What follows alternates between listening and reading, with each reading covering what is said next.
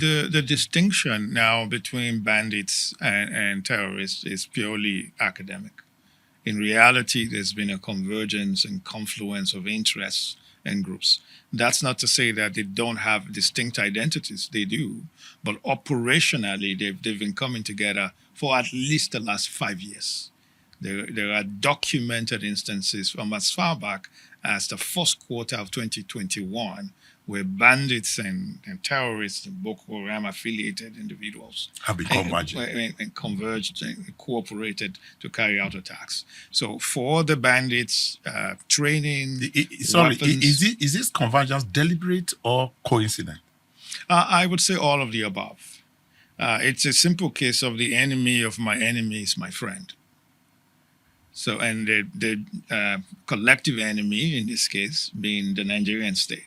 And therefore, these two distinct, seemingly disparate entities have found a common ground around the resources that they need, around objectives, not necessarily ideology. This is what distinguishes them.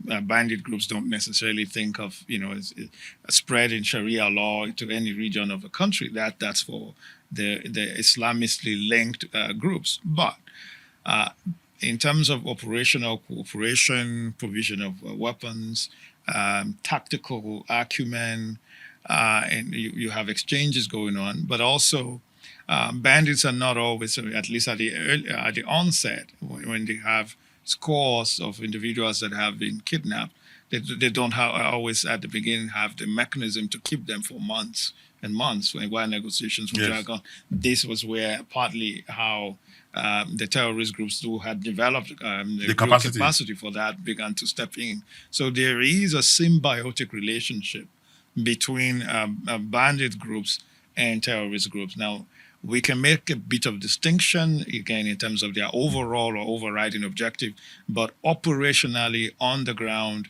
there has been a huge level of cooperation going on for some time. For years, we have seen the movement, Northeast, Northwest, North Central. What became attractive in Southwest? What changed? Well, contagion is a word for that. In other words, we all have a stake in the welfare and well-being of our neighbors. Not necessarily in the best interest of the neighbor, but in our own informed interest or rational self-interest. Now, it was always a matter of time. These things never get contained somewhere, especially with the fluidity and porosity of the borders.